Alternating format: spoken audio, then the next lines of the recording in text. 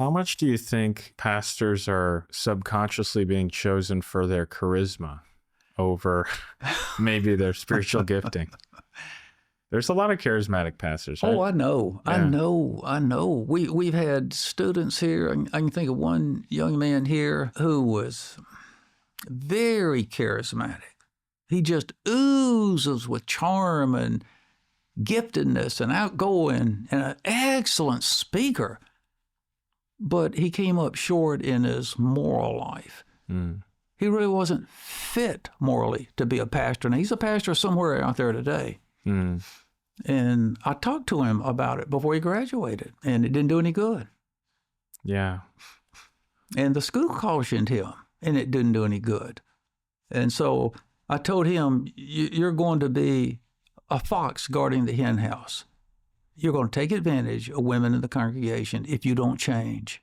And right now, I've not seen any evidence of you changing and maintaining pure relationship with females. And that seems to be one of the number one things that we keep finding out about leaders. The chief reasons that pastors fail is money, women, discouragement, pride.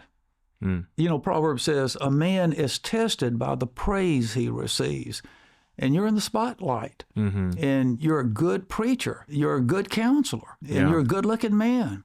And so people tend to just load you down with praise, which is appreciated by the pastor as long as he realizes, like 1 Corinthians 4:7, I think it is, 3 rhetorical questions where Paul is asking the arrogant Corinthians. Question number 1, who makes you different from another person? God. Second question, what do you have that you did not receive? Answer, nothing. Third question, then why do you brag as though you didn't receive it? And so I think Proverbs is correct. A man is tested by the praise he receives.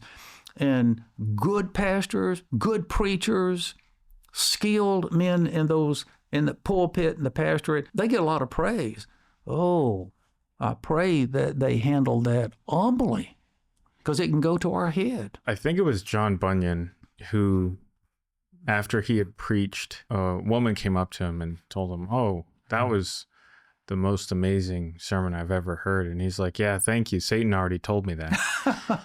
And he was very on guard against being inflated. You know? Yeah, that's great. You know, it's funny because you're like, okay, that sounds a little pious, but there is something about you do have to be really careful about when you are doing well. Yeah. Oh, yeah.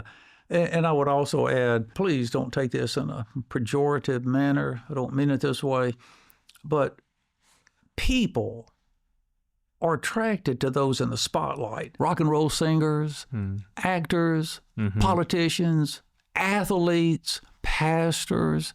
You're in the spotlight. The whole congregation esteems you. Everybody is watching and listening to you. You're the leader, see? And to Christians, they realize, oh, this is a man of God. He's really, really important and gifted. And again, we tend to put them where they don't belong on a pedestal. So he preaches a wonderful sermon, and people let him know they're grateful for it. And he really needs grace to accept that praise well and to realize, well, Lord, you're the one that made that possible. And I think, Pastor, I really appreciate what John the Baptist said. I must decrease and Jesus must increase. I need to withdraw, so to speak, from the spotlight and let Jesus come out and be the focus of their attention. I must not draw people's attention to me, but always be pointing them to him. If I be lifted up, Jesus said, I'll draw all men to me. Because think of it this way. As a pastor, I might be very gifted and preach wonderful sermons, but I can't do for the congregation what only Christ can do. Forgive their sins.